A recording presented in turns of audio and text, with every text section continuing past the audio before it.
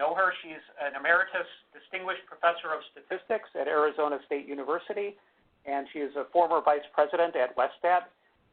She is a well-known expert in survey methodology and crime statistics. She's a great communicator, especially to non-technical audiences. If you go to her website, sharonlord.com, she's got some wonderful blog posts that I encourage you to look at. We invited her to speak today, especially because she has a great article that was published about 2 years ago in Statistical Science, along with Dr. Raghunathan from University of Michigan, on the topic of combining survey data with data from other sources. And today's talk is going to grow out of that article. It's going to be emphasize work and thinking that she's done since that time. So with that, I will turn it over to Sharon. Okay, thank you so much for that introduction and for inviting me to participate in this workshop. So this is a version of a talk that I gave earlier at the Statistics Canada conference in November, and it's also an outgrowth of a talk that I gave last March at the FCSM conference. And a lot of the research in this talk came out of a question that Linda Young asked during the discussion of that talk. And she asked, well, how do you do all of these things that you say we should be doing with measuring uncertainty? So we all know the challenges facing official statistics, right? And Joe just mentioned some of those, the increased demand for detail and decreased resources and response rates. And at the same time, there seems to be some decreased public trust in statistics, which I've listed on this slide as an increased intolerance for errors. And there have been a lot of efforts towards using multiple sources of data to obtain better estimates, to rely on more than just probability samples, and to include data from administrative records and other sources. And so in this talk, I'd like to share some thoughts on assessing the uncertainty of estimates when they come from combined data. So I want to talk about the issues of combining data or combining statistics from data from the perspective of 3 examples. And here's the first one. So these statistics and confidence intervals were computed by Yumiko Siegfried from WSS from different surveys about what percentage of adults have smoked at least 100 cigarettes in their lifetimes. So each one of these surveys is nationally representative, and the top 4 are conducted at least partially in person. The last survey, NATS, is RDD. But you can see that the confidence intervals that are determined by the sampling error alone are really narrow when you look at the differences between surveys. And the tobacco use supplement of the CPS, the top one there in particular, is much lower than the others. Here's example 2. And this one is talked about in my book on measuring crime that just came out in print. So in this one, we're looking at different statistics for the U.S. rape or sexual assault rate from 2015 data. The top 3 lines are confidence intervals from surveys. So the first one is the National Intimate Partner and Sexual Violence Survey. This is conducted by telephone. The second 2 lines are from the National Crime Victimization Survey, where the first interview is in person and subsequent interviews are by telephone if possible. So the second line includes all sexual assaults of women, and the third is sexual assaults of women from NCVS that are reported to the police. And then finally, the last line is the estimated rate of rapes for women from the Uniform Crime Reports. And the UCR is compiled from the official police department records. So it's an administrative source. Now the big difference you see here is between the first 2 lines, right? The NCVS estimate of victimizations reported to the police and the UCR statistic in the bottom, they're actually consistent with each other.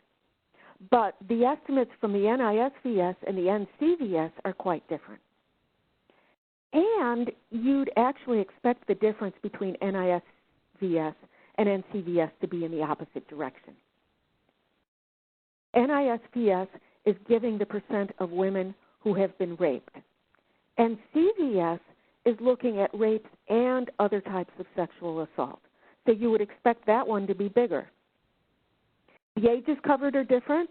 The NCVS includes adults, like the NISVS does, but it also includes age 12 through 17, who typically have a high rate of sexual assaults. And the third difference is that the NCVS is a victimization rate.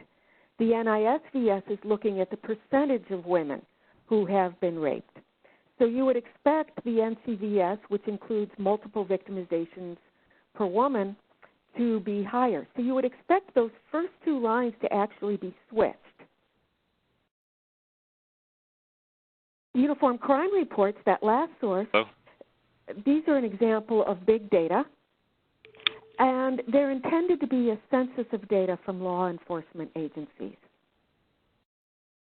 So unlike many examples of administrative data, these are actually collected for statistical purposes, but they're unaccompanied by measures of uncertainty. And we don't know very much about the measurement errors and the effects of missing data from this particular data source. So it has errors, the estimate has errors, but we don't have an interval estimate for errors for this source that's reported. So when we combine data, the accuracy of estimates from combined data depends on the error properties of the individual sources, both the sampling and the non-sampling error. It depends on the differences among these sources, and it depends on the method used to combine the data. So there's been a lot written about individual methods for combining data. Here are a couple of works that I participated in. The FCSM workshop results that Joe talked about earlier, they also have references. And if you look at the European Union, they've also done a lot of work on how to combine data from different sources. So all of the methods that have been proposed have formal methods for measuring uncertainty. And I'm not going to go through all of the different methods here, but I just want to talk about the ones that I've highlighted in red and how the different sources of error affect the uncertainty estimates. So let's start with multiple frame methods, where each source might represent only part of the population. So in this is the typical Venn diagram you use for multiple frames, and I'm showing 4 sources: 1 survey, 2 administrative sources, and a striped source, and I'm striping it because I'm not sure how much these are useful for official statistics, but the striped source is social media data. And in multiple frame methods, we estimate a population total by summing the estimates of the totals from each of the different parts of circles in the picture. But what about uncertainty? The traditional multiple frame estimate depends on the covariance matrices for the domain totals for each individual source. But that assumes that each source has unbiased estimates of those totals and of their covariances. And we already know that there are problems with that assumption for administrative data sources. It also assumes that our domain classifications are accurate. And by that I mean we know for administrative source 1 which part of it is only in that source, which part is in the overlap for administrative source 2, which part is also in the surveys. And the more sources you have, the more difficult that domain membership is to ascertain. So I looked at some of the effects of domain misclassification in 2011 in a survey methodology paper, and I'd like to point you to a really nice dissertation by Dong Lin from Southern Methodist University, who looked at this problem in more detail. But all of these other errors affect the uncertainty of the multiple frame estimates, but they're not included in the traditional estimate of the variance. What about hierarchical models? Right. These are a great way to combine data from different sources. A lot of them are similar to models used for meta-analysis, and I presume we're going to hear about some of that later this afternoon. So one of my favorite uses of hierarchical models for combining data is from Manji and colleagues. And they assume that a domain mean from source J comes from a random effects model, where the individual source deviations from the overall domain mean are the random effects. So they allow source J to have a bias, delta J, and this bias can be fit and estimated explicitly in their particular model. And again, we're assuming that the sampling error can be estimated and that it actually includes other sources of non-sampling error from the different sources. So what happens with the hierarchical model is that this can explicitly capture the between-source variability from the different sources. We can explicitly model the bias, but this means that we do need to define some sort of way of defining where the bias is. So that means saying that one of the sources is a gold standard or that a particular combination is unbiased. We can use prior information on the reliability and bias of different sources. And we can include both domain level and record level data. So there's a lot of flexibility about how these models can be used. But they do have strong assumptions on the bias in the model form. So if we were going to combine the smoking data estimates, for example, well, which one of those surveys do we consider to be unbiased, if any of them? So there's a lot of research that's needed to be done on survey weights, non-response, overlap of different domains from these models, and they can be sensitive to the prior information in the model. But they have this huge advantage that all of these assumptions that you're making are explicit. So the last method I want to talk about is one that we've been using for years, and that's calibration. And you all know how this works. We have survey data, we have administrative data, and we adjust the survey weights so that the estimated total of the administrative data from the survey is, after calibration, it's equal to the total that we have from our census. What about calibration uncertainty? Well, calibration almost always decreases the margin of error. And this comes from the theory for when we have full response. In the special case of post-stratification, the last line, the estimated variance of the calibrated total, is almost always less than the variance of the uncalibrated total. But this assumes that the calibrated counts are completely correct. And so I want to mention a really nice pair of papers by Deaver and Valiant that looked about, well, what happens if the control totals, the X's, are measured with error? So they showed that if we estimate that auxiliary information from a survey, this inflates the variance of the post-stratified total. So instead of just having the first term in the variance, they add a second term that depends on the variance of the auxiliary data source. And I want to talk a little bit about what they did here that's so clever. So they're saying that the control totals from, say, the American Community Survey do not equal the population values because of the sampling variability. So the control totals may be too high for some post strata, and they may be too low for others. And this creates a bias for y hat p. But we don't know the direction or the size of the bias. And if we only use that first term of the variance, which is conditional on the control totals, it doesn't capture it. So what Deaver and Valiant do is they transform this uncertainty about the bias into a variance. So essentially, they take the bias and they translate it into a previously solved problem because we know what to do about the variances. And then after they do that, this uncertainty is reflected in the confidence interval for the estimator. And if you're in a situation where you have 100% response and you have no measurement errors, this is the end of the story. But the primary reason that post-stratification is done today is to compensate for non-response. And so the last line on this slide is still conditional on the model for non-response.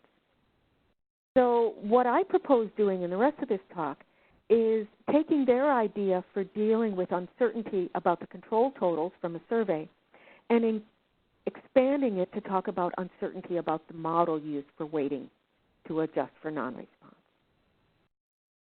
And that brings me to the third example. So let's talk a little bit about calibration. And if you remember, last September, a lot of the polls for the primary elections had missed their targets. And newspapers and polling experts went through explanation after explanation of why particular polls got the results wrong. So for one of them, it was non-response. For another one, it was turnout model. For another one, it was too far away from the election. Another one is that the models were set up for general elections, and this was a primary election with lots of candidates. And so each one of these articles talked about a different reason. But this sort of thing happens after every election where the polls get things wrong. You saw this discussion about Brexit. You saw it about the British general election. You saw it a couple of weeks ago about the recent elections in Australia where all of the polls got the election results wrong. So Deming, my hero, emphasized distinguishing between special causes and common causes of errors. And the types of analyses and opinions in the stories on the previous slide, they treated all of the polling misfires as special causes, as features specific to those surveys. But the fact that this keeps happening over and over and over again, it means that this really is a common cause, source of variation. And since it's a systems-level problem, a common cause, it needs a systems solution. So I want to look at this using data that was made available by the New York Times last fall. They had a series of live polls from different congressional districts, about 96 polls in all. And I'm going to look at the 6th congressional district from Illinois, where the telephone poll was taken in early September. So for this one, they used a sampling frame of a voter file. They made about 36,000 calls to likely voters. They got 512 respondents for a 1.4% response rate. So here's a screenshot from the New York Times after the poll was completed, and this shows the candidate preferences. You can see that this district, it's just outside of Chicago, and it was actually kind of addictive watching these as they came in, because you'd see this blank circle show up as they tried to reach people, but they couldn't. And then every so often, a red circle would come for somebody supporting the Republican, or a blue circle would come for someone who's supporting the Democrat. So the result for this poll was a 1-point lead for the Republican in the district. But that was well within, but there was a big margin of sampling error. And the margin of sampling error for the difference between the Republican and the Democrat was, of course, much larger than the polling percentage for either candidate by themselves. But remember, this was a 1.4% response rate, and it was 2 months before the election. And there are incredibly strong assumptions for the non-respondents, for what variables are used in the weighting, for the turnout models, because that's an additional assumption that's needed for election polls, that's not necessarily needed for other surveys. And there's really strong assumptions for what the undecideds will do. And so the beauty of this data set is that the New York Times calculated alternative weights and models for turnout. And they published all of these. The data sets on their website make the first 3 weights available in the spreadsheet. And then in their newspaper reporting, they also looked at some of these others. And so I calculated the estimate of the Republican lead and the confidence interval for each of their different alternative assumptions. And so the red part of the graphs are the parts where the Republican is forecast to win. And you can see that the model where they assume that the voters in the primary resemble voters in 2014, that's entirely red. And then the blue parts are the parts where the Democrat is forecast to win. And you can see if you use an unweighted model that the Democrat lead is entirely within that confidence interval.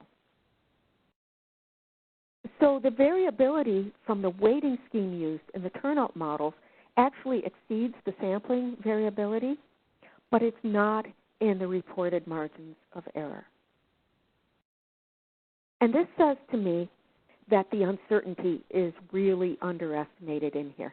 And in fact, Andrew Gelman has a paper in JASA where they looked through different polls and they found that the margin of error was basically about half as large as it should have been.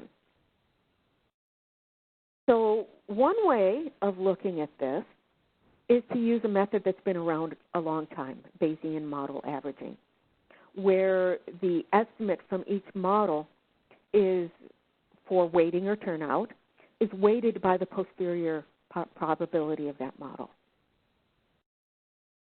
So this gives a posterior mean that's a weighted average of the estimates weighted by the posterior probabilities of the models. And then the posterior variance includes the sampling variability from the individual models, and it also includes the between model uncertainty, the between model variance from the different models. So what if we apply this to Illinois Congressional District 6? So I don't have a master data set of all polling results from previous polls. And so I didn't have enough information to get a good posterior of the models from the data set, but I used a prior distribution based on what the experts said were special causes of the poll misfires. So I omitted the unweighted estimate because I can't imagine anyone using that. And the New York Times, in fact, did they sampled in such a way with unequal probabilities so that the unweighted would not be appropriate. So on this slide, you can see my model averaged estimate at the top, and it's actually quite close to the final weight estimate directly below it, but the margin of error is much bigger. And that margin of error reflects the additional uncertainty about the weighting. I actually did these priors in last September, so I probably could have done better with this if I had picked priors after the election, but I didn't. What happened in the election? The Democrat won by 7 percentage points. That's actually within the margin of error of many of these estimates because they're highly variable because of the small sample sizes and the unequal weighting. But it is included within my particular model averaged estimate. But of course, the prior distributions are key here. And one problem for using Bayesian model averaging for this as opposed for some other the other applications where it's been used, is that non-response depends on things we observe. And so every time that pollsters or survey data producers use a model for the non-response, they're relying in part on a historical model that shows how well this worked with past data. But remember what it says on the prospectus, that the past performance does not necessarily guarantee future results. And I know that some of you are surprised to hear me use the B word in a talk. I have long been firmly in the design-based inference camp. And design-based inference was invented because of this particular inference problem. How do we generalize from a survey to a population? It avoids model assumptions. You don't have to use subjective priors. It's got beautiful, elegant mathematical theory. And the early samplers, the pioneers like Hansen and Deming, they all used this because they needed something objective and free of model assumptions. But the problem is, whenever you have non-response, you are making assumptions. And as soon as you adopt a non-response model, you've become a Bayesian. But you've become a Bayesian who has complete and utter belief in the particular non-response model you chose for the weighting. You're using a certainty prior on one particular non-response model. And I think there are a lot of things that would need to be done before we can implement this type of an interval estimate or sensitivity analyses for official statistics, right? The first one is that it's subjective. Right? So we need to deal with that. It would also be easy to cheat. So I mentioned how I could have cheated by picking my priors after the election, which, by the way, I didn't do. But you can also cherry pick the models. You can restrict the models that you're considering by only considering models that are similar to the ones that you like.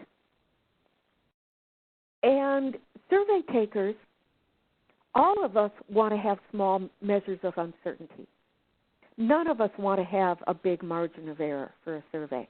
And so we need to come up with something that we want to have measures of uncertainty that actually reflect the uncertainty compared to the actual population value. One thing we might want to do is to have people go public about their priors before the data are collected. It's not really a prior if you come up with it after you've seen the data. But one advantage, I think, of this approach is that it can make the assumptions explicit. So we have to make some sort of assumptions for dealing with missing data. But in most surveys right now, they're hidden in the technical notes. And this sort of approach, I'm not saying this is the final word. I think a lot of research is needed. But it makes these assumptions explicit. So I explored this sensitivity to different surveys in my book on measuring crime for the surveys giving estimates on sexual assault. So the NCVS and the NISVS both use weighting, but they don't describe the decision path that they used towards coming up with the final weights. And I'm sure that both of these surveys looked at different weighting schemes that they decided not to use on the path towards the final estimate.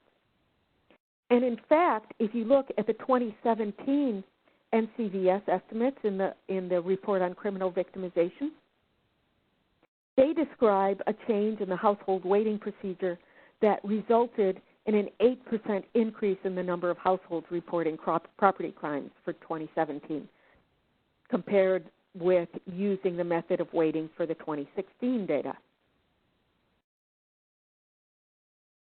So the weighting might explain some of the differences, but I think the main difference between the NISVS and the NCVS in this slide is the questions. And it's that the NCVS asks about rape and sexual assault explicitly. The NISVS uses behavior-oriented questions.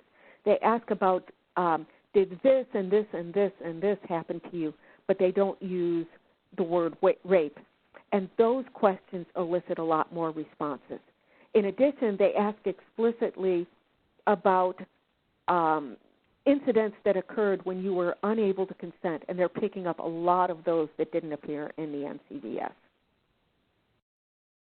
There's one more difference between these two surveys, that the NISVS response rate is about 40 to 50 percentage points lower than the response rate for the NCVS.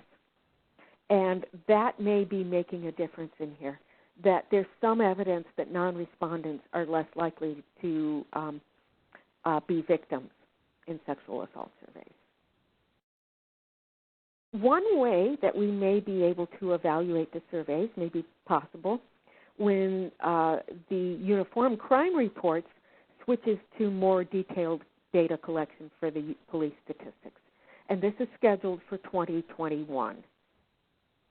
So in 2015, the NIBR system collected data for only about a third of the agencies, but the data has a lot more information about characteristics of victims and offenders. So here's a display of data from NIBR's from the police reports that I borrowed from Howard Snyder's presentation last March. And you can see that we have a lot of information about the offenders, about the ages of the victims, and we can use this to look at potential non-response errors in the NCVS for at least those victimizations that the victims claimed were reported to the police. Similarly, for the different lifetime smoking estimates, we can use the different sources to explore error properties in the others. For example, the CPS allows proxy interviews. Does that help explain why its estimates are lower than others? And then finally, I want to go back to something that Colin Mallows talked about in what I consider to be one of the greatest statistical talks ever given. And Colin Mallows said that statisticians are often involved much too late in a research problem, and that we need to be involved in what he called the zeroth problem of determining what data sources are relevant to the problem. He argued that, quote, statistical arguments often fail because the basis for their assumptions is not spelled out. I'm a strong advocate for using multiple sources for inference. But I think the zeroth problem is looking at the technical methods for combining data and looking at properties of the individual data sources. Which ones of these data sources are relevant for answering societal questions? So having a diversity of sources, particularly if their shortcomings are independent of each other, is not a cause for concern, but a strength. And only after that evaluation should we move on to combining data. All of the methods for combining rely on models, and the measures of uncertainty for the combined data sources depend on the measures of the individual data sources, which are almost always underestimates. Combining data sources can help us understand that underestimation. So estimates from combined data often have wider measures of uncertainty than estimates from each of the individual sources looked at by itself. And it's because the non-sampling errors vary across the sources. When we combine them, say through a hierarchical model, we're picking up those different non-sampling errors across the sources. So I think that the multiple sources can help us study quality in a systems-level approach. One thing I want to emphasize in all of this modeling is the importance of transparency, and I saw that that was also emphasized in the FCSM workshops and the materials from that. I think the New York Times polls are a major step forward in which they're making all of their weighting and procedures transparent. and showing what happens under alternative models. And I'd like to see similar transparency and evaluation of alternative models for official statistics. I think the FCSM is making great strides towards developing industry standards for combining data and for promoting the transparency of the procedures that are used. So thank you very much. And I'll turn the control of the slides back over to Wendy.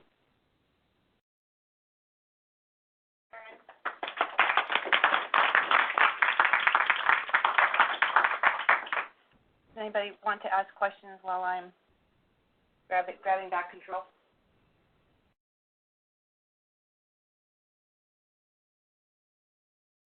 Sorry, Sharon, I have to find you on here. You disappeared. Do you see her? It takes her off.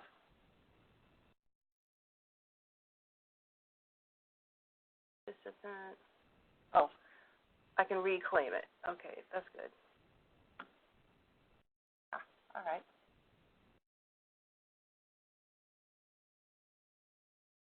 Okay, so you're going to stay with us, though, Sharon, right?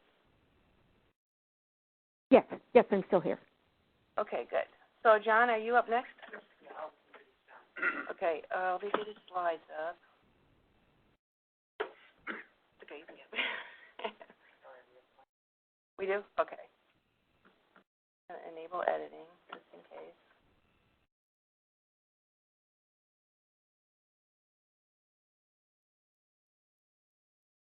I don't think I have.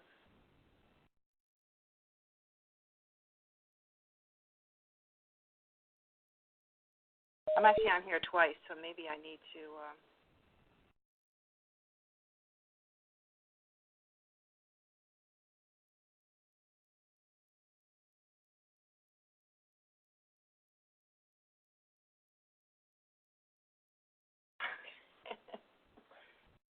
All right.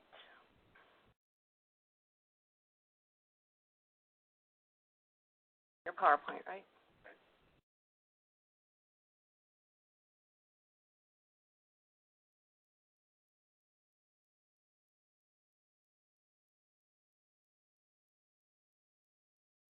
Too much pressure.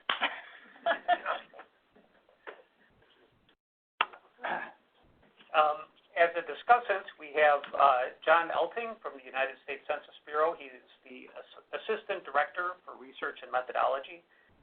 John has had a long and storied career, quite a bit of it within this building. He was tenured faculty in the Department of Statistics at Texas A&M, and then he came to work at BLS and was the Associate Commissioner for Survey Methods. John graciously agreed to be a discussant, and we're thrilled to have him.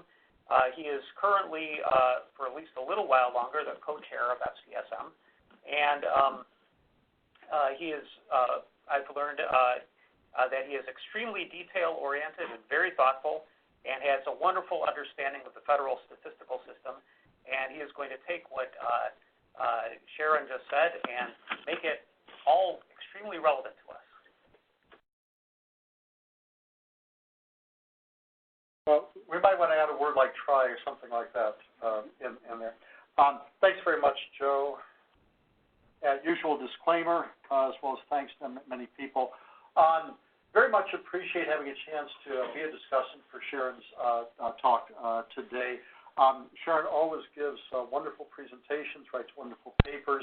I know frequently when I go to conferences, if I see she's on the program, it's pretty much an automatic decision to go, even before I look at the topic or abstract for that. I have many things we could talk about, but in the interest of time, I'd like to start with Sharon's citation of the Colin Mallows quote that we have at the bottom here. Statistical arguments often fail because the basis for their assumptions is not spelled out. And so what we'll try to do in the next few minutes is to, in fact, try to spell out and thereby elaborate on some of Sharon's comments. Spell out some comments about multiple dimensions of the general set of questions we have regarding sensitivity analysis. We can think about this in some ways as three complementary dimensions. The first one is we say, well, gee, I'm interested in sensitivity analysis. Well, what is it? What is the sensitivity of what? We have many possible sets of outcomes that we can consider sensitivity issues for. Second question is sensitivity to what? Any of the items we named in the first area could, in fact, be subject to many different factors. Go back and think, for example, about Sharon's comment about special causes regarding the polling results. So sensitivity to what? And can we spell some of those out in a little bit more detail? Try to think about them, as Sharon was suggesting, in a more systematic way. And then third, once we have an idea about what the primary concerns we have are regarding outcomes for sensitivity, and then what the underlying factors are for that sensitivity, well, what exactly would we do with the results? Sharon pointed to a few cases before. We can think about elaborating on this. What would we do with a set of sensitivity results? And can all three of those together give us some suggestions about what we, as a statistical community, partly the federal statistical system, partly many others, ought to be thinking about in a systematic way about among many of these sensitivity analysis approaches we could consider, which ones do we focus on most, and how do we go about doing that? So to address the first question, sensitivity of what? We can think about two related classes of sensitivity results. One is I have a particular set of data in front of me. I've already collected the data, and now I want to understand something about for a set of estimates that I might be planning to produce or may have produced for that. What exactly am I worried about in terms of sensitivity? So we can think, for example, about particular estimated model parameters. So go back to the cases that Sharon was focusing on. They were primarily looking at proportions, means, or other closely related quantities. We can extend that a little bit and say we're interested in a select number of quantiles, in some cases for continuous variables. Or we could also think about a topic that we spent a fair amount of time in the second data quality workshop, almost two years ago now, considering, which was in cases where we had a set of estimated model parameters like regression coefficients or parameters that we have from a generalized linear model or hierarchical model. What do we understand about the sensitivity of those numerical results as well? That's been the primary focus that we've been thinking about within the FCSM and related groups when we talk about sensitivity analysis. And that's something that warrants a great deal of attention. But it's also worthwhile to think about cases, especially when we're considering continuous variables, for example, like income measures, to say in some cases we honest to goodness really want to provide to the public effectively a full predictive distribution of the entire variable y. Again, this might be some continuous variable like income. In some cases, you may have specific stakeholders who are interested, for example, in a median or something else more or less in the middle of the distribution. In many cases, though, we're really interested in the tails, the extremes, because they may reflect certain types of social, or I see we have a number of people here from the NCHS, also medical pathologies. If we say, well, gee, tell me about the median cholesterol level that we have among people in a certain age group in the U.S., that can be of some interest, but really we're interested in the tails, because that's where you start to see major health issues showing up. So in those cases, we may want to think in a substantive way about the predictive distribution that we have for outcome variables y. So that's one case we might want to consider. All of those, for the moment, we're focused on saying, let's understand something about a particular analysis of a particular realized data set. We've already collected the survey, for example, or we've already captured the information that we have from multiple data sources. Here's the results, set of results that I may be trying to report. Let me understand the sensitivity of that. It's also worthwhile in a complementary way to step back from that and to say we also are concerned, and we spend a whole lot of time within the statistical community, saying let's understand the underlying objective functions that we have and what we're trying to maximize there.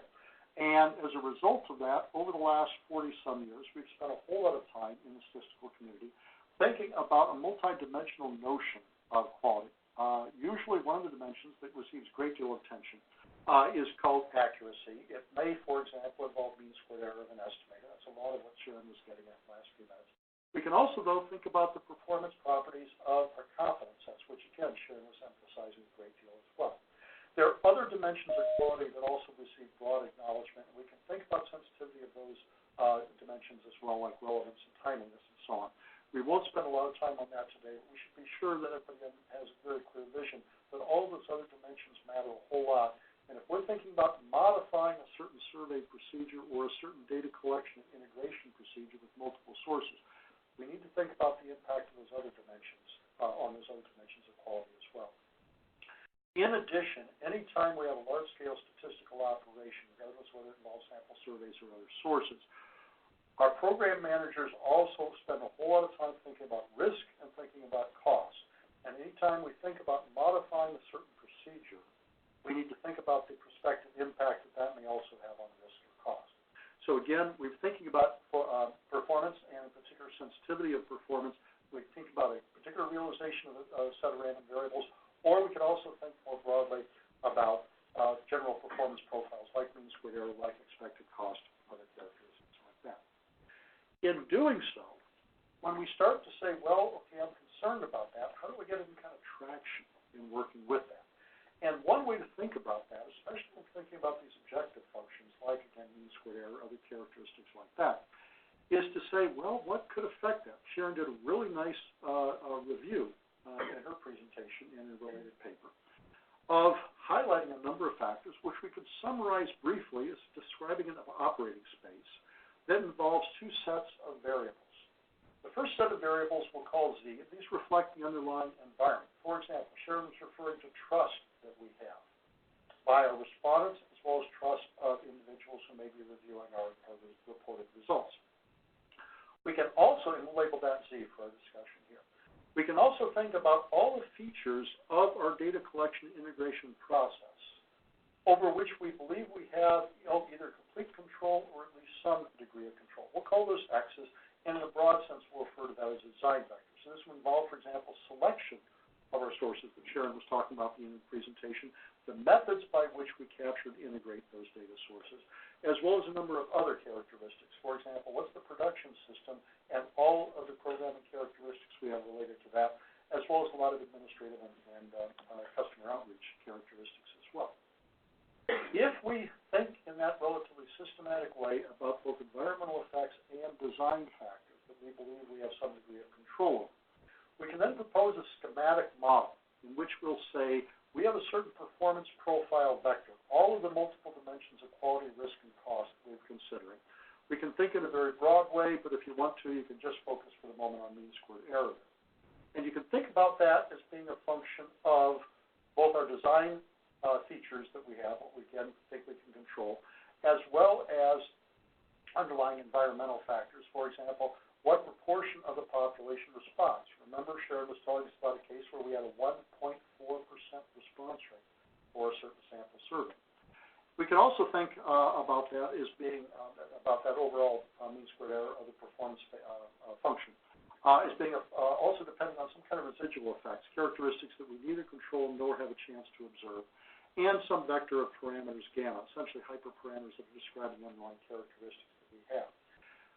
I'll just leave things at that very broad schematic level for our discussion here today, but if you want to dig into the details of that, you need to be very careful about spelling out the levels of conditioning that we're thinking about. What are we what sources of our variability and uncertainty are we conditioning on? Which ones are we integrating over? So that tells us a little bit about sensitivity of what? Mean squared error, many other characteristics that we might be interested in trying to understand. We can go on to the second class of questions that we have involving sensitivity to what? We would like to live in a pristine world where we have complete control over everything, and furthermore, we'd like to be omniscient so we understand, for example, the parameters gamma that we were describing a moment ago. And under those circumstances, we can say, gee, I know what to do. I can optimize my resulting, I hope, nice quadratic, or at least some kind of convex function. I know how to optimize that. But in fact, we often don't have complete control over everything, nor are we anywhere close to omniscient. And so we need to understand a little bit of something about the sensitivity of our estimation results and more broadly our operating characteristic results. In the case of talking about a particular set of data that we have and sensitivity of the resulting realized random variable based on how we carry out the estimation exercise, we can think about a number of sensitivity areas that we've been spending a whole lot of time over many decades considering.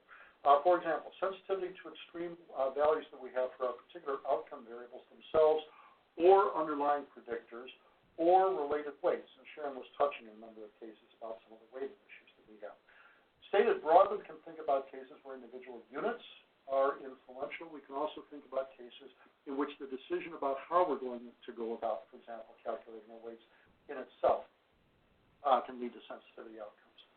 We can also think about the model, the specification that we have at many different layers. As Sharon was highlighting before, anytime we're dealing in this kind of environment, we are invariably dealing with models. The only question is how explicit we are being in stating what those models are. And furthermore, we can pretty much guarantee that our models are going to be wrong. The question is how wrong they are and the impact of those wrongness, errors, that we have, the impact that has on a particular set of key outcomes that we have. A third area that we frequently see that we have to worry about is cases in which we have some kind of imperfection in some variables we're going to, quote, plug in, unquote, into our case.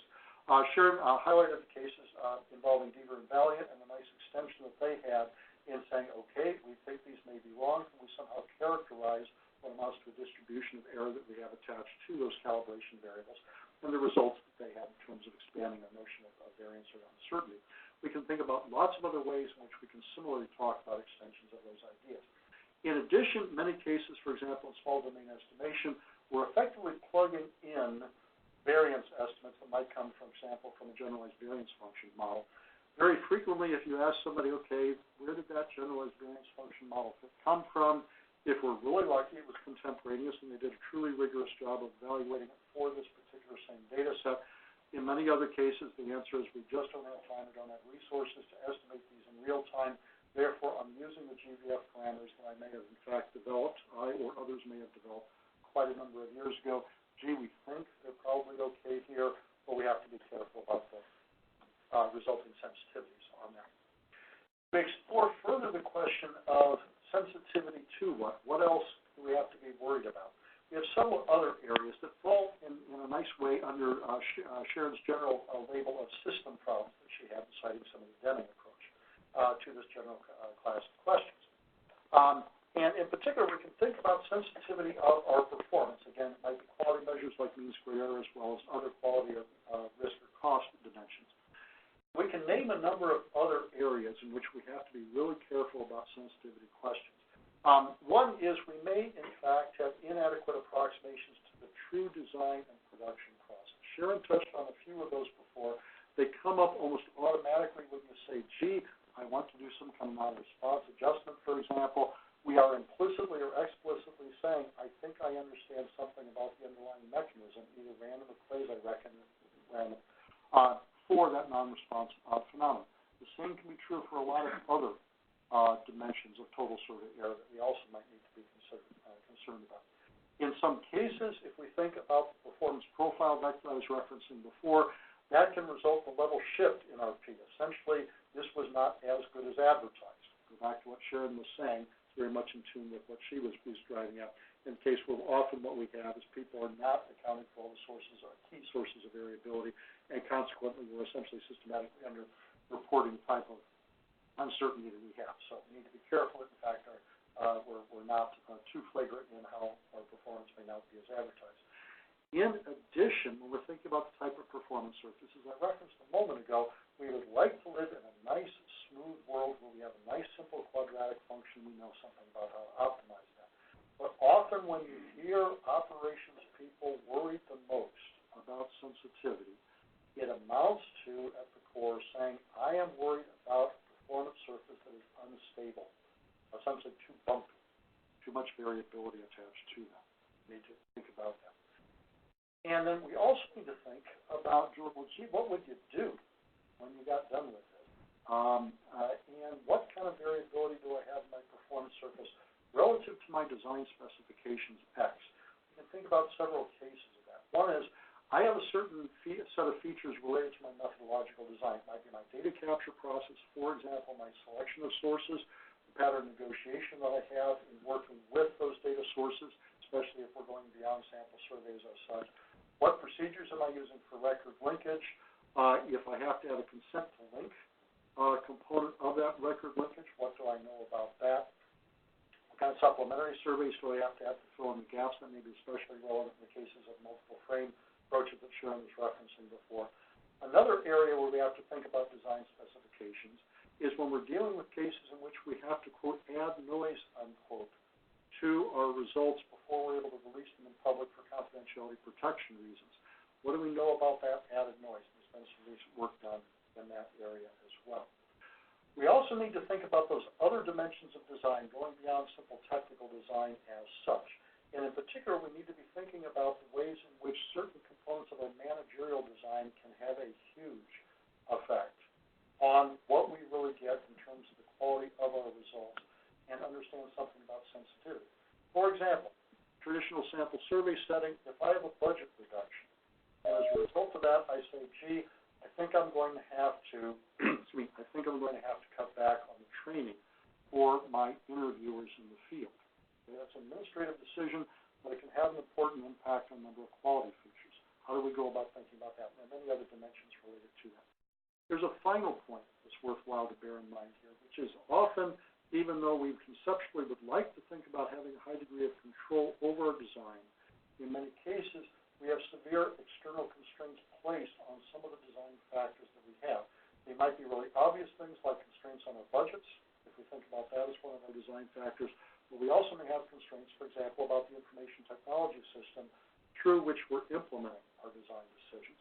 All of those can be really important when you think about sensitivity in those dimensions. Finally, we would like to live in a world where if we set a control factor at a certain level, it's going to stay there.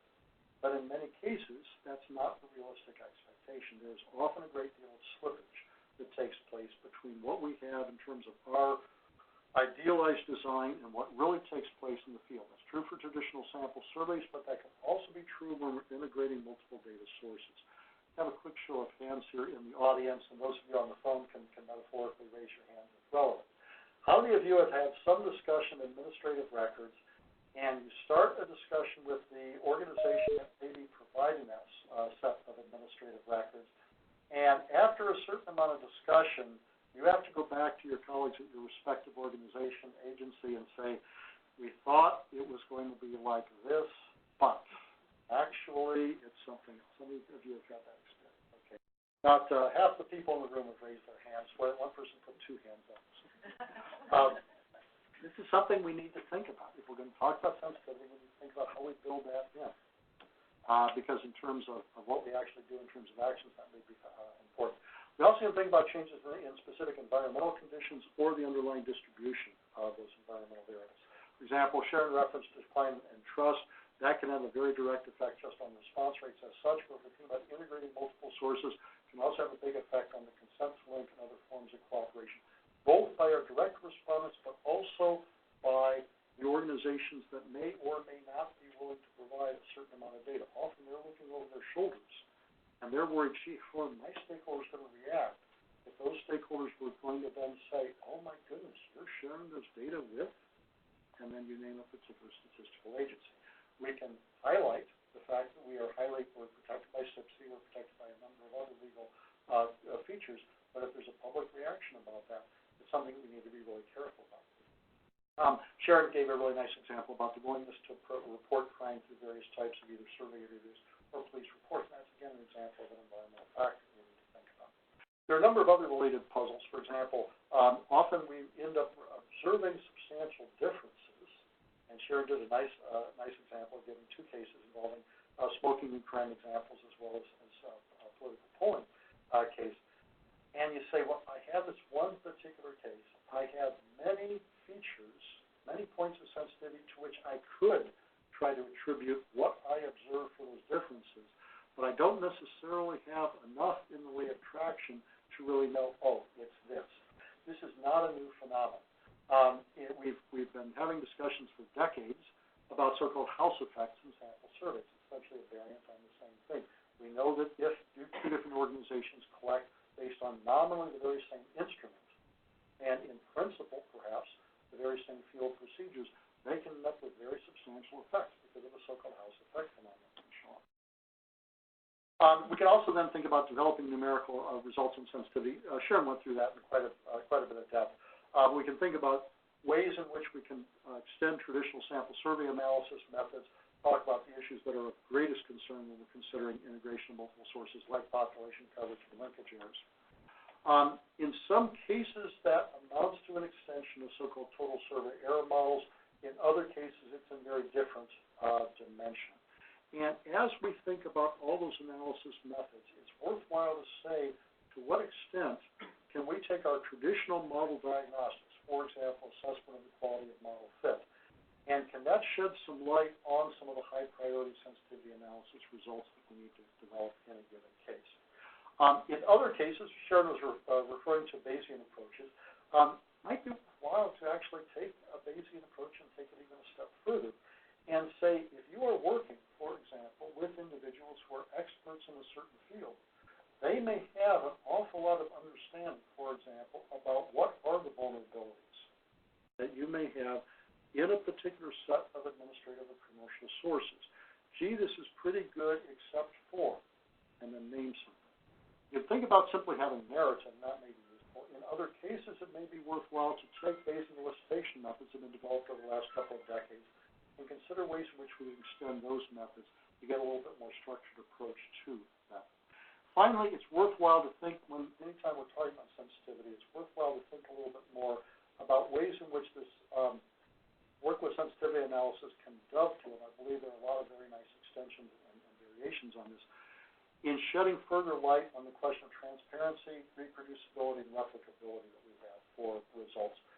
There's been a lot of work done on that, especially in the last 5 to 10 years. It's worth studying that in greater depth, and I hope we have some chance to talk about that later on in the afternoon.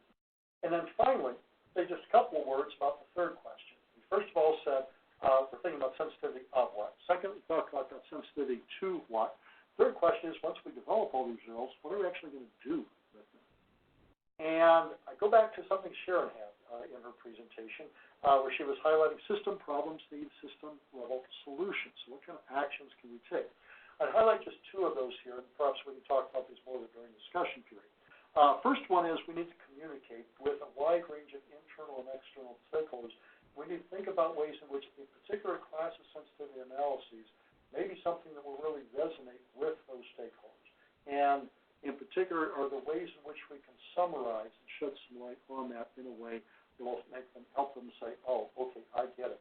I understand now something about both the strengths and the limitations of what we're doing. And then second, we need to think about remediation steps. If we carry out the sensitivity analysis and we say, on the one hand, maybe, gee, we're relatively insensitive in this one dimension. On the other hand, we've got a real problem in this other dimension. Worthwhile then to say, well, how would we go about changing our design? Again, design defined broadly here to involve all of the factors that we can try to control to some degree. Can we change that design to effectively try to reduce our sensitivity of at least in some of the dimensions in question? In some cases, that can mean sensitivity of analysis methods that we have. In other cases, it may mean taking additional steps to essentially smooth out the performance profile we have regarding the cost and risk factors that we have as well. This is especially true when most of our operations are effectively wedded to fixed budgets. We have to do the best we can under the circumstances. Having a procedure that's relatively insensitive to various shocks to the system that may inflate costs can be a really important factor, as opposed to forcing us to do something precipitous that can have a huge negative impact on our quality.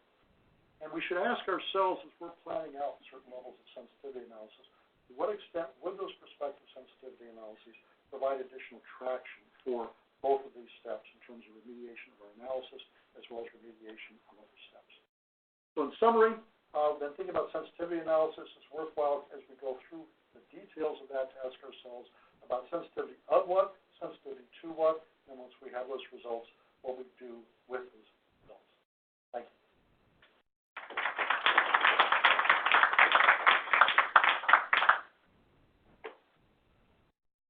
Thank you, John. So, Wendy, if someone wants to ask a question remotely, what would they do? Put it in the chat box. Okay. So we have a lot of time allotted for questions and discussion. So we entertain questions from anyone here in the audience or remotely. If you're speaking here in the room, as John mentioned, please come up to the microphone and speak loudly so that everyone can hear you.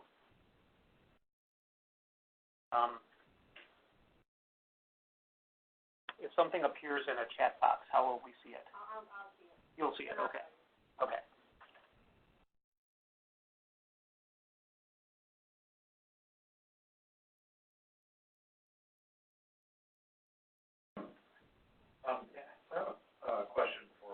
here. My name is Chris Chapman, by the way. I work at the National Center for Education Statistics.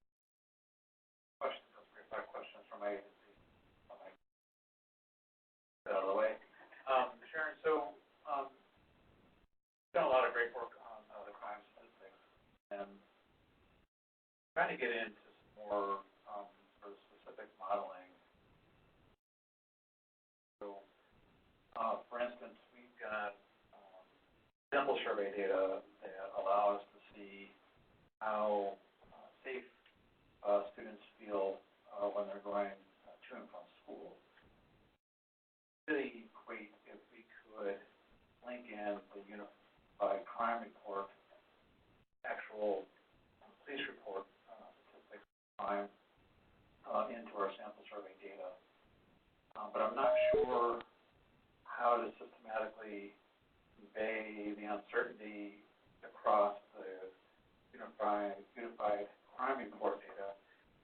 The unified part of that, I think, is somewhat overstated. I think a lot of the different departments have quite a bit of variability in data quality, and I'm not sure how to systematically reflect that in a joint estimate with our sample survey data. Does that make sense?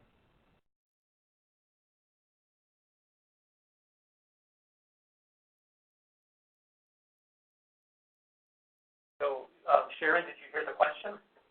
I heard part of it, so I'm not sure if I caught all of it, but I think the question was about how do we measure uncertainty in the uniform crime reports, is that right? Yeah.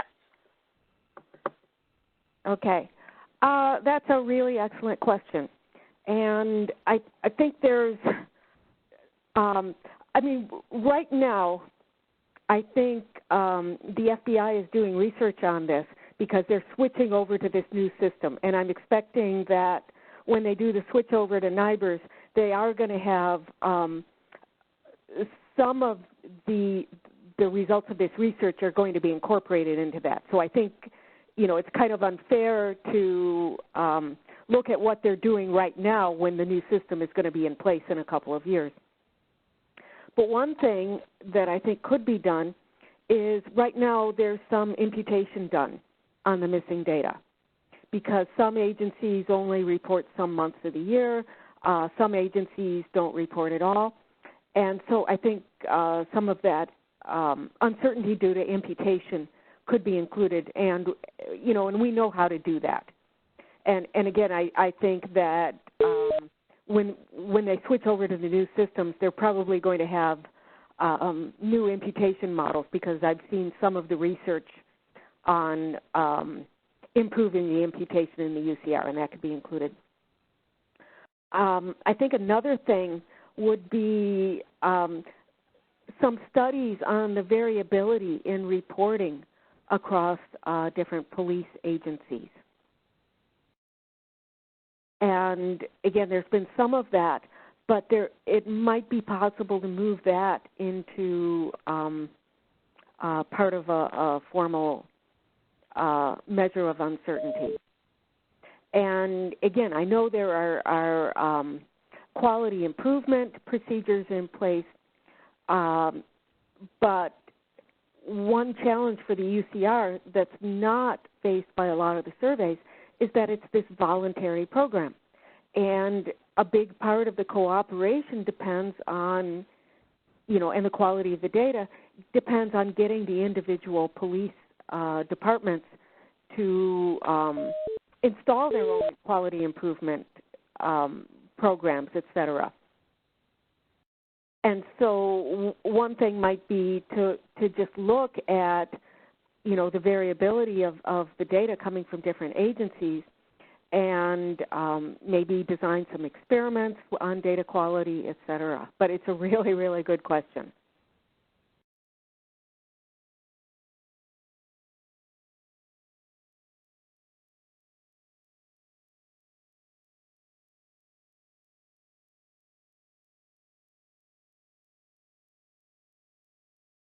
Coming all the way up here. No pressure, though. I would have worn something a little more formal. That's okay. Nobody can see you out there anyway. Hi, my name's Jana Asher, and I'm not officially employed until August, so that's why I'm dressed like this. I have a question for both speakers, and it's a little bit esoteric, for which I apologize. I've been doing a lot of, research, reading papers about administrative records quality, and also, quality in these databases. It occurs to me, well, first of all, in all the papers, and there are literally thousands of papers out there related to this problem, I've only found two that suggest a unified set of quality measures, or some sort of framework for that could be standardized across the different types of products out there to measure quality. It seems to me that FCSM would be in a very good position to kind of take the lead on creating such a set of metrics that theoretically could be used across all the agencies so that we could be able to compare quality. I don't want to say compare quality. I'm not talking about something competitive, but basically that we can have something standardized to measure quality across. So I guess my question is, what is the feasibility of having some sort of standardized set of metrics? For example, some of the things I looked at, and we were just talking about how the police reports are different across the different stations. So maybe one of the metrics is, are the data coming from a single source, or are they collected across multiple agencies, that kind of thing, for specific databases that are getting matched. And I'm interested to hear from people with more experience whether they think that would be politically feasible, and if it would be something that FCSM would be interested in.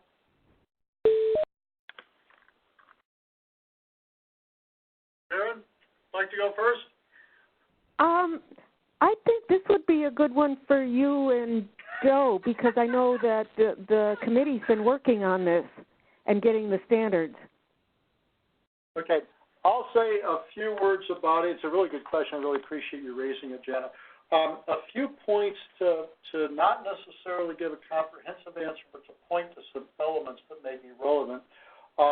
One is that on the FCSM website, we do, which is now hosted courtesy of National Center for Education Statistics, so thanks very much to Chris and colleagues for that.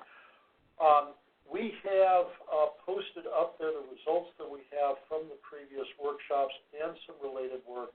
A couple of things that I would highlight especially there is, first of all, before we got started with this, there was a very nice National Academies report that came out, the final version came out in the autumn of 2017, in which they were, if you look especially in Chapter 6, they have a very nice coverage of a general approach, essentially taking the traditional Gordon-Brackstone et al.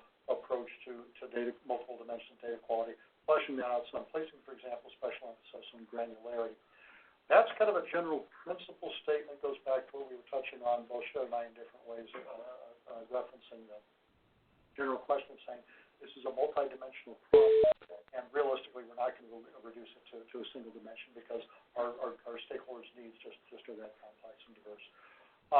And in addition to that, John Shaika, under a contract with essentially the Econ Research Service, I'm sorry, no, scratch that, it was IRS, Econ Research Service, I'll get to it in a minute, with the IRS, had a nice summary of some non-U.S. standards. In many cases, our colleagues in other agencies, especially the Europeans, because of a combination of the presence of a lot of population register type information there and the pressures that they have experienced as the European Union has tried to unify at least some of their economic and social measures over the last 20-something years. They especially spent a lot of time thinking about that. John Shaika did a really nice job summarizing some of that, and again, the report's up there. A third case, which is essentially a summary of first three workshops that we had, was something prepared by some persons up at the Joint Program of Survey Methodology under a contract that they had with Econ Research Service, the USDA.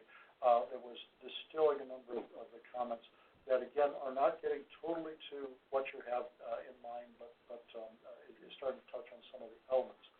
There's something else I'd also like to point out, which is that in some ways this goes back to something that Sharon was, I think, getting at before, we need to have a certain level of humility related to any of our statements that either we or anybody else make about the quality of data that we have in this very complex setting.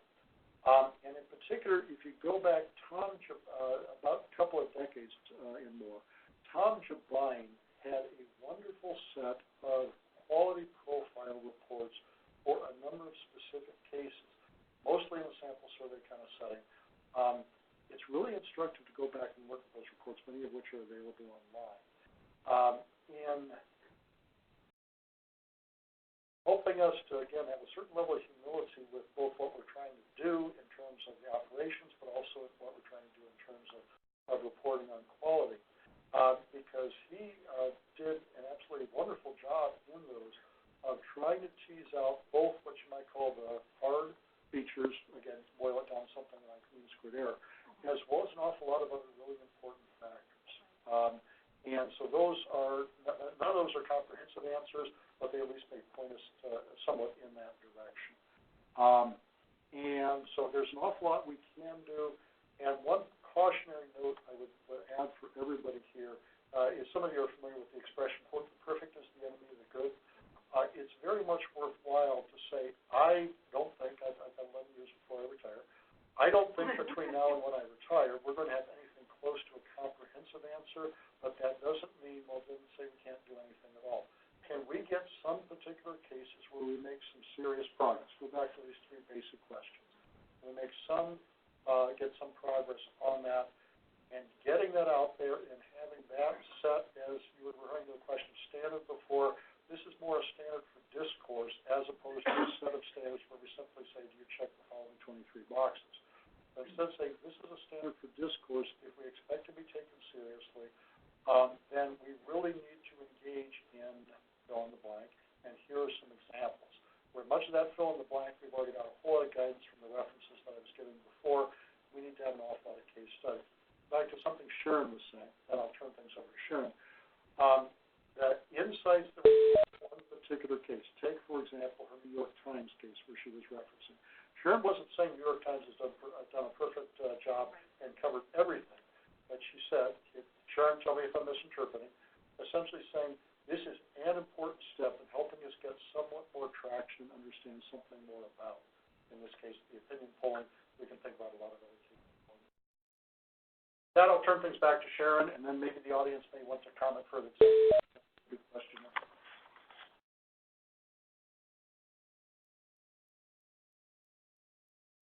No, I don't really have much to add to that. So, in terms of the guidelines for quality in general, a lot of it is the things that John was just talking about. And again, I would refer you to that National Academies report that he mentioned for the framework.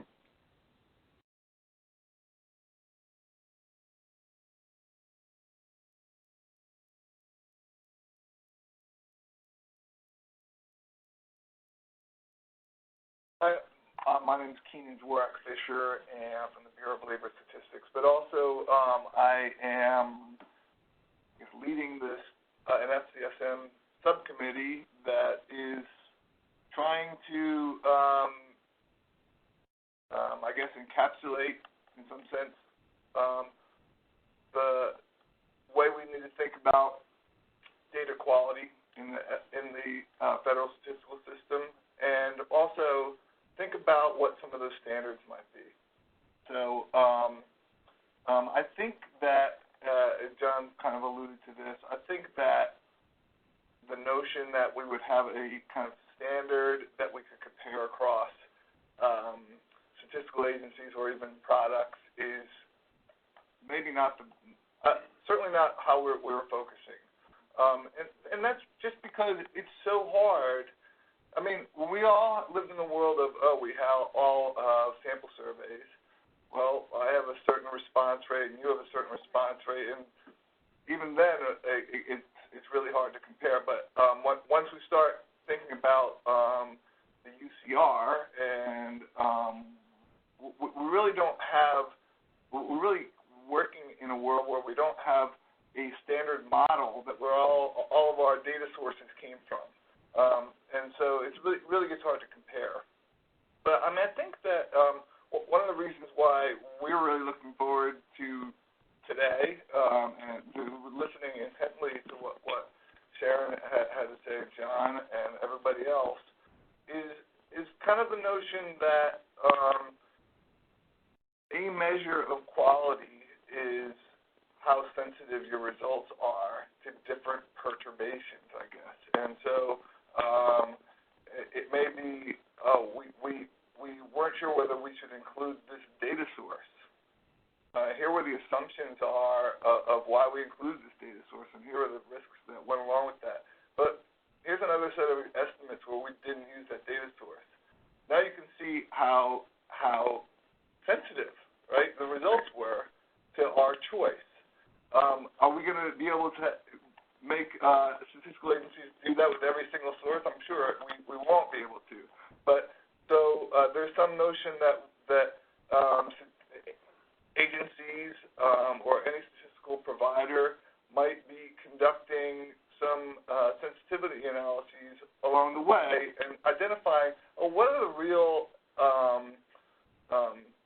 pieces of this that our results are really sensitive to, and maybe that's where it can go. But in terms of reporting out, being transparent about reporting, I guess I feel like the first step is really just having some standards about what we think about where the sources of uncertainty are, and really trying to be clear about those.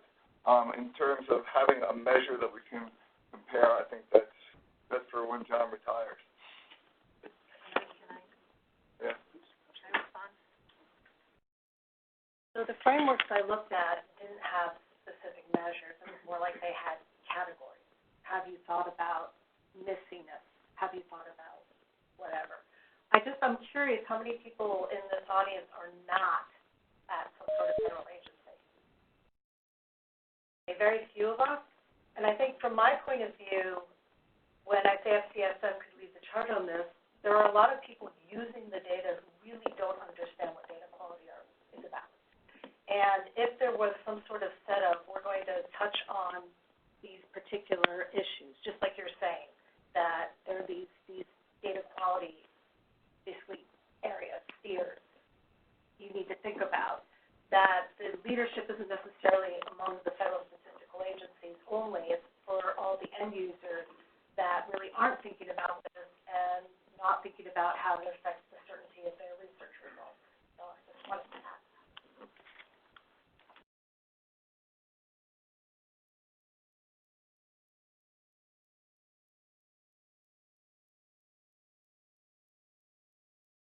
Any more questions from the floor?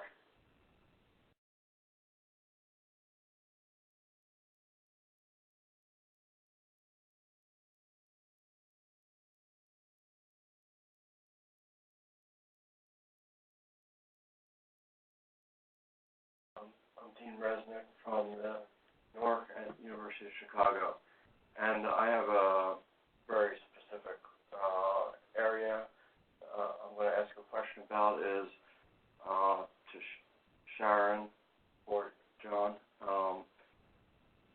What types of recommendations can you make with regard to conducting a sensitivity analysis that incorporates record linkage error?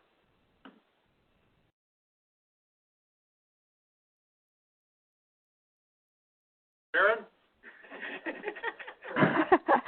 Oh, this is another good question. So, I didn't actually address that in my talk or paper, and I don't really work in record linkage, but I think a big thing is looking at just the sensitivity to different models and to different treatments of the uncertain linkages when you are doing that, because I think in a lot of cases people end up making a decision one way or another about whether these two records match or whether they don't match, and just opening it up to that uncertainty about the matches will give you part of your sensitivity analysis.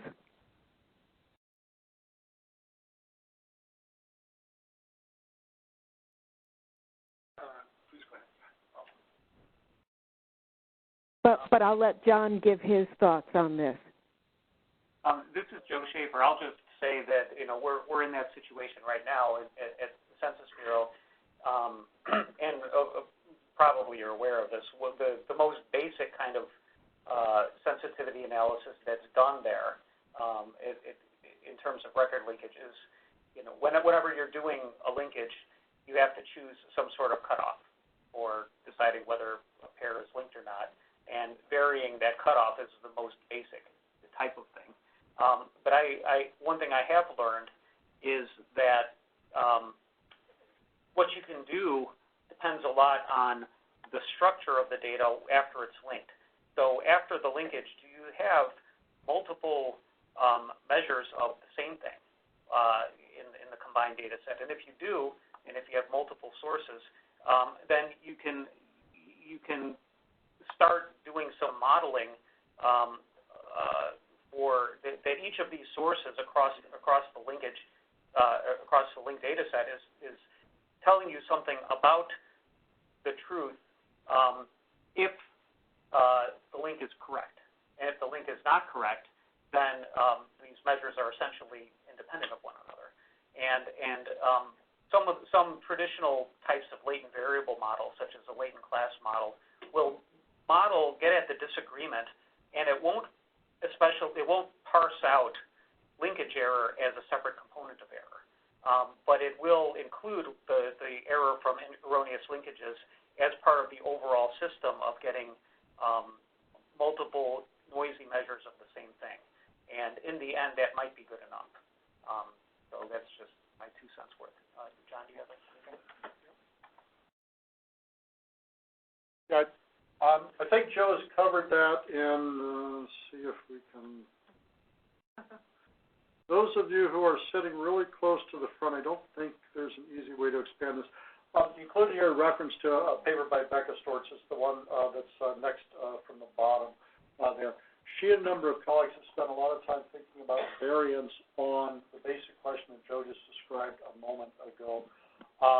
And I cannot possibly do justice to that in a brief setting, but this is a good paper to start with if you're interested in that topic, but there are many other ones, many of which go back a couple of decades before this point.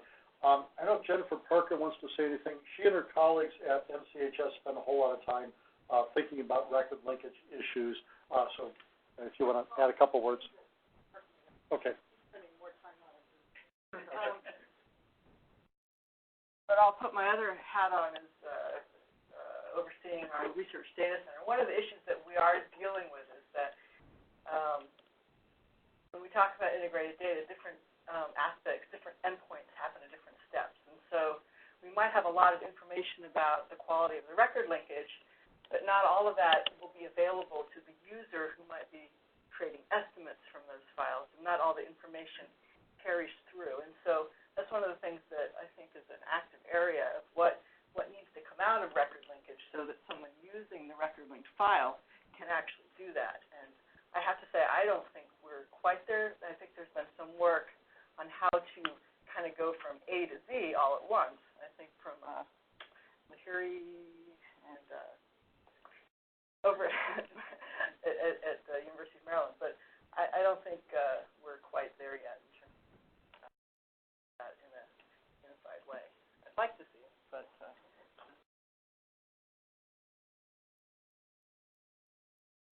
You'll be, the remote folks will hear you much better if you're up there. Thank you. Okay, I just wanted to say, you don't have to be perfect to start. This can be an evolving product. No, I don't. But I think, in terms of, I think it's a mistake to wait until you have such a good grasp of what these parameters should be, just because out there in the universe, we know that people are using the data and not thinking about data quality and not thinking about the uncertainty. And it's better to have a small set of guidelines based on just what we know about that they need to think about to start, and then expand that over time than to wait until we think we've really got the best handle on it all.